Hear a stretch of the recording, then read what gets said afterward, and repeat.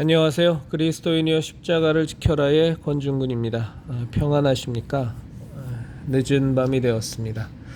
이 밤에도 여러분과 여러분의 가족분들에게 또 저와 저희 가족에게 온전한 예수님의 평안이 함께하기를 진심으로 기도합니다. 아마 여러분들 지금 긴급하고 굉장히 중요한 기도 제목이 있으실 겁니다. 저도 있습니다. 너무너무 긴급하고 중요한 기도 제목이 저에게도 지금 몇 가지가 있습니다. 그 기도 제목들 제 동영상에 댓글로 달아주시면 기도하도록 하겠습니다. 분명히 기도하도록 하겠습니다. 그리고 댓글로 달아주시지 않더라도 여러분의 그 긴박하고 중요한 기도 제목에 기도의 내용에 하나님께서 최선의 길로 인도하여 주실 것을 진심으로 기도하겠습니다.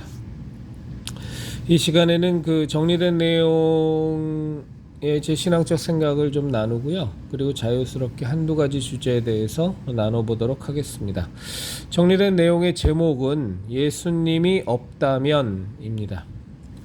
한 아이가 뽀로로 만화에 푹 빠져 TV를 보고 있었습니다. 엄마는 식사 찬거리를 사러 아이와 밖에 나가봐야 했습니다. 그래서 아이에게 말하고 TV를 껐습니다.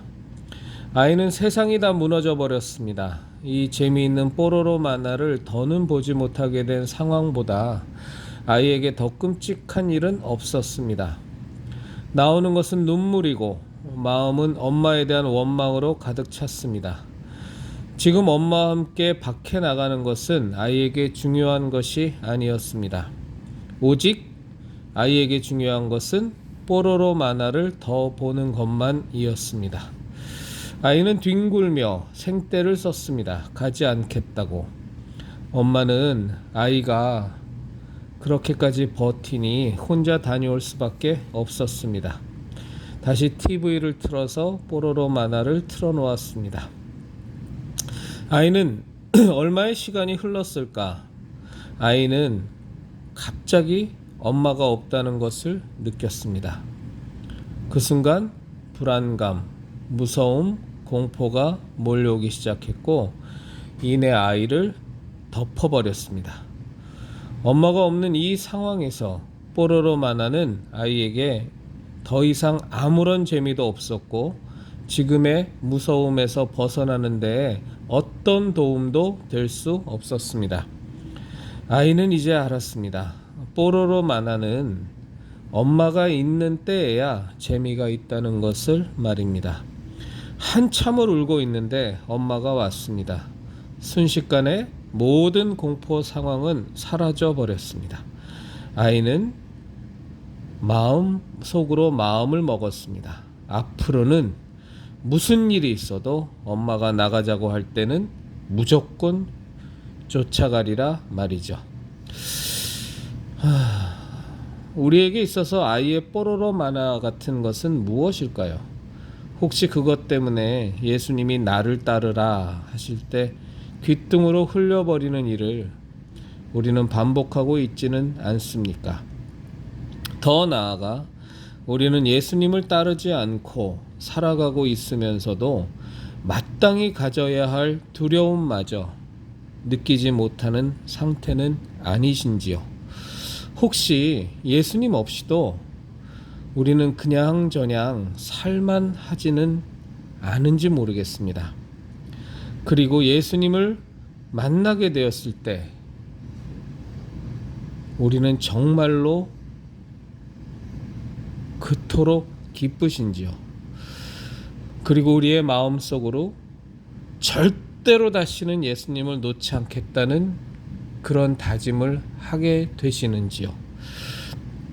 만약 우리의 마음이 그렇지 않다면 어쩌면 우리는 이제껏 예수님을 만나지 못한 것이거나 아니면 우리에게 예수님은 그저 종교적인 행위 속에서 형성된 하나의 관념에 불과한 것입니다.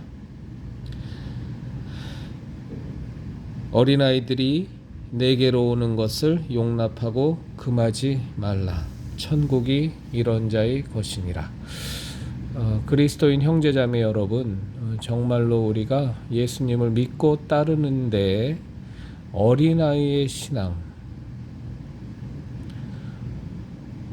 세상에 엄마 외에는 아무것도 필요 없는, 엄마가 없다면 무엇을 갖고 있어도 그 어떤 의미조차 발견할 수 없는 그런 어린아이의 신앙을 우리 형제 자매님들과 제가 그리고 우리 가족분들이 함께 가지기를 진정으로 바랍니다. 이것으로 정리된 내용은 나누는 것은 마치겠고요. 제가 그 크리스마스 정신을 나누고 난 뒤에 자꾸 일이 생깁니다. 오늘은 갑자기 아침에 어떤 분이 가게 앞에 잠깐 서 있는데 저한테 오셔서 좀 급해서 그런데 컴퓨터를 쓸 수 있냐는 거예요. 그래서 제가 순간적으로 좀 당황했어요. 당황해서 그리고 사실 제 사적인 컴퓨터를 본인이 아무리 급하다고 할지라도 좀 사용하겠다고 하는 게 말이 안 되잖아요. 그리고 제가 제 매장이 있는 곳은 그런 사물을 볼 수 있는 그런 우리가 출력하는 곳이라든가 이런 곳들이 여기 이제 오피스타운이어서 그런 뭐 제본 출력, 뭐 컴퓨터 작업 이런 것을 할 수 있는 그런 것을 전문적으로 하는 곳들이 여기는 굉장히 많아요. 그래서 사실은 그 생각까지는 안 했었는데 그래서 갑자기 미안하지만 저 급해서 그런데 컴퓨터를 좀 쓸 수 있냐 그래서 저도 그건 어렵습니다 하고 거절을 했죠. 근데 제 거절이 좀 단호했어요. 뭐 이렇게 큰 소리 친 건 아닌데 안 된다고 하고 한마디로 딱 잘라 거절을 했죠. 그분이 돌아가시는데 마음이 불편한 거예요. 그래서 저기 이 동네에 그런 거 할 수 있는 곳이 많이 있으니까 저쪽에 지하 2층에 가셔서도 찾아보시면 여러 군데가 있다. 그런 곳에 가시면 된다. 그랬더니 모르겠습니다. 뭐라고 말씀하셨는데 손을 휘휘 저으면서 그냥 가셨는데 또 내도록 마음이 불편한 거예요. 그래서 참 이런 일들을 어떻게 해야 되나 그래서 고민하다가 앞으로는 이건 내가 좀 너무 무리한 부탁을 받은 거였는데 내 사적인 컴퓨터를 갑자기 일면식도 없는 사람이 요즘 뭐 좀 소위 말해서 인터넷 사기도 있고 여러 가지 좀 흉흉한 일들이 많잖아요. 보이스피싱도 있고. 그리고 또 제 사적인 공간은 이렇게 아무래도 좀 정리가 덜 돼 있는 은밀한 부분들도 있어서 좀 남보기에 부끄러운 부분들도 있거든요. 그래서 근데 그럴지라도 좀 앞으로는 그렇게 단호하게 딱 잘라서 얘기할 게 아니라 잠시라도 잠깐 기도하고 그리고 하나님 인도하심대로 좇아서 해야겠다라는 좀 반성을 했습니다. 참 이 매 순간순간마다 우리가 이렇게 결정을 해야 되는데 그 결정을 해야 될 그 시간이 많이 주어지지 않는 상황들이 있잖아요. 지금 방금 제가 예를 든 것 같은.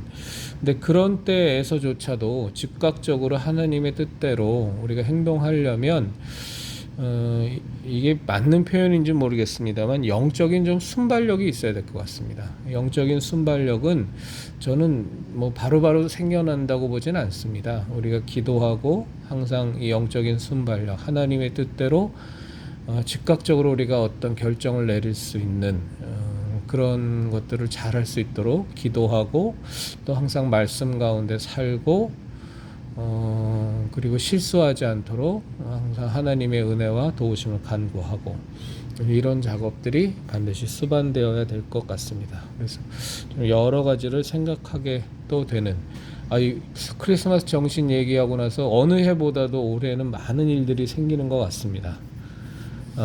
감사한 일입니다. 하나님께서 저희 삶의 일거수일투족 작은 부분까지 다 관여하고 계신다는 것이고 또 사단은 우리가 그리스도인으로 살려고 이렇게 몸부림치고 사단의 세력들과 사단의 음모와 괴계와 우리가 맞서서 싸우고 전쟁하고 전투하려고 이런 자세를 취할 때 사단은 우리 성경에서도 여러 군데 나오지만 더 많이 개입하고 더 많이 방해하려고 하고 더 많이 소위 말하는 딴지를 걸고 여러 가지로 자신들의 수작질들을 열심히 하는 것 같습니다.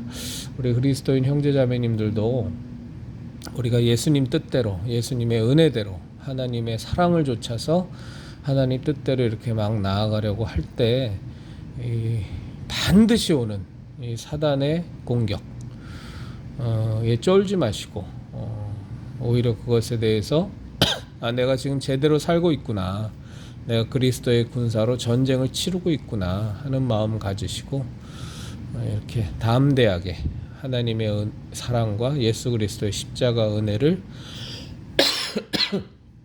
죄송합니다. 의지하면서 물 한 잔만 먹겠습니다.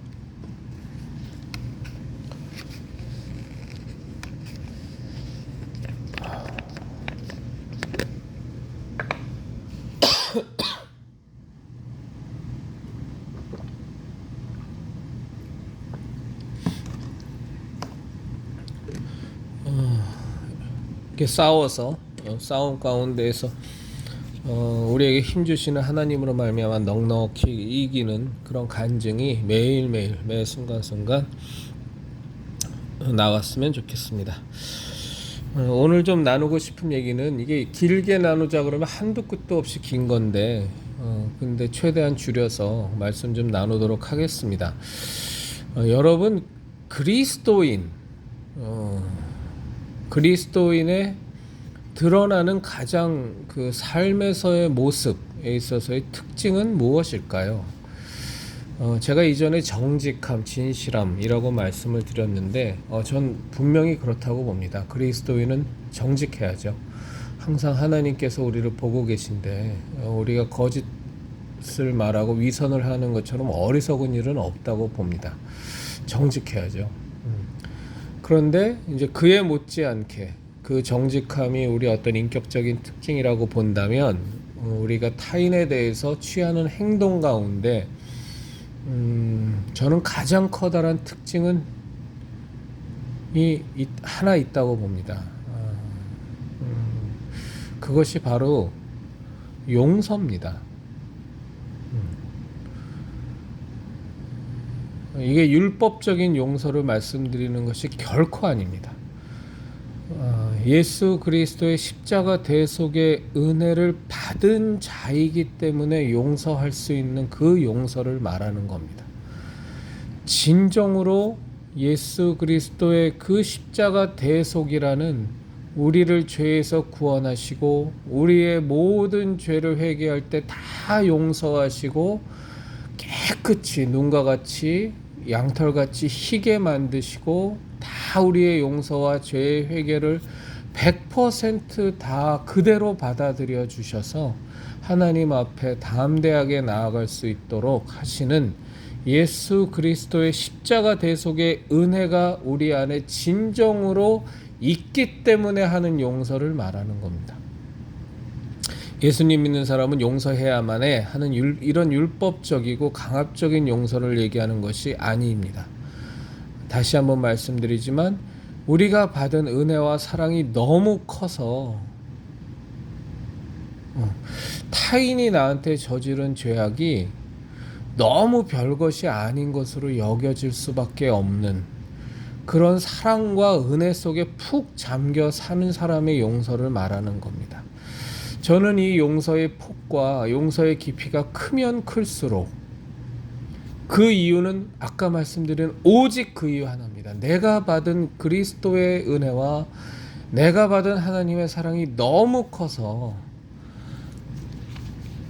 용서하게 되어지는, 용서할 수밖에 없는, 내가 남을 용서하지 않는다는 것이 너무 이상한 그런 용서를 말하는 겁니다.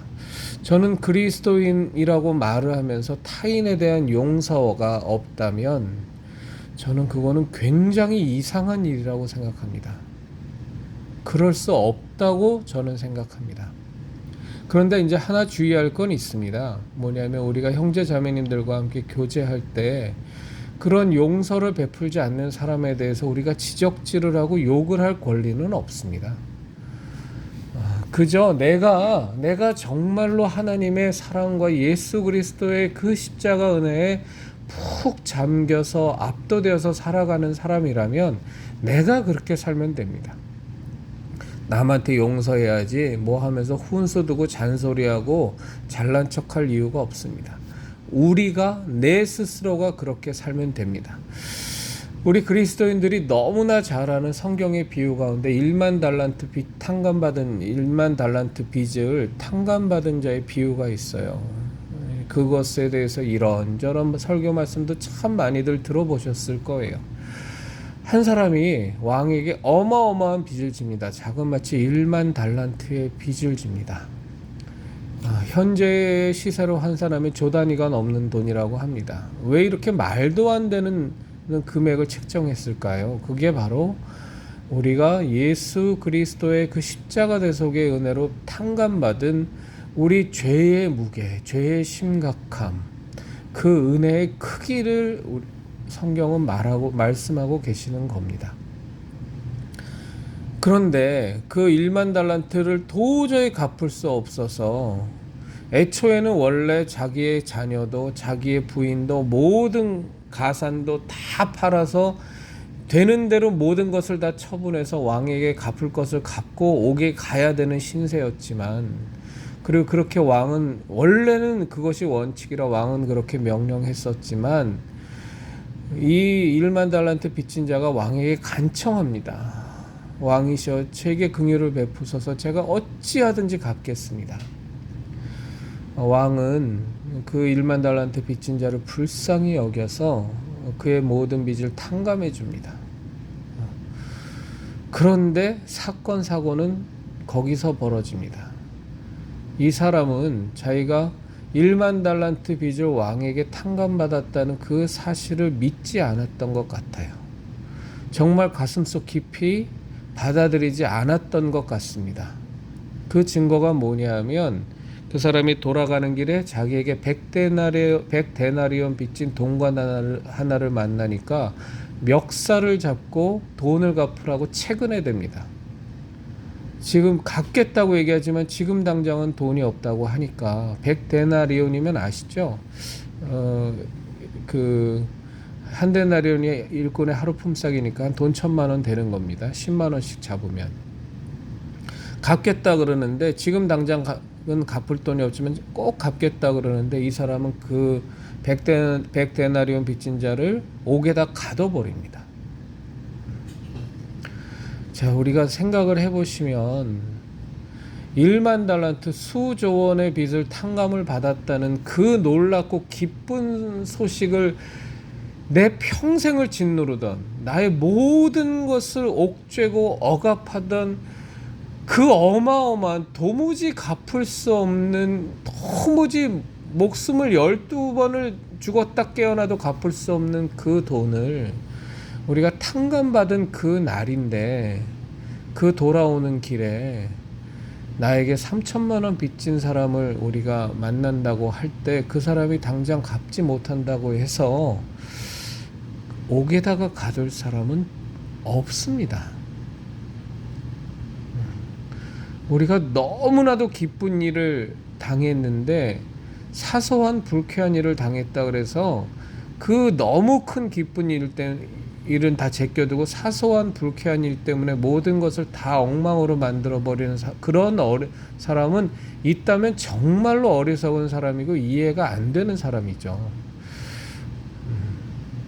뭐 예를 들어서 내가 그토록 원하던 대학에 수석 합격을 했는데, 혹은 그토록 원하던 직장에, 혹은 내가 진짜 뭐 복권을 받아서 수십억이 당첨이 됐는데 뭐 길 지나가다가 누가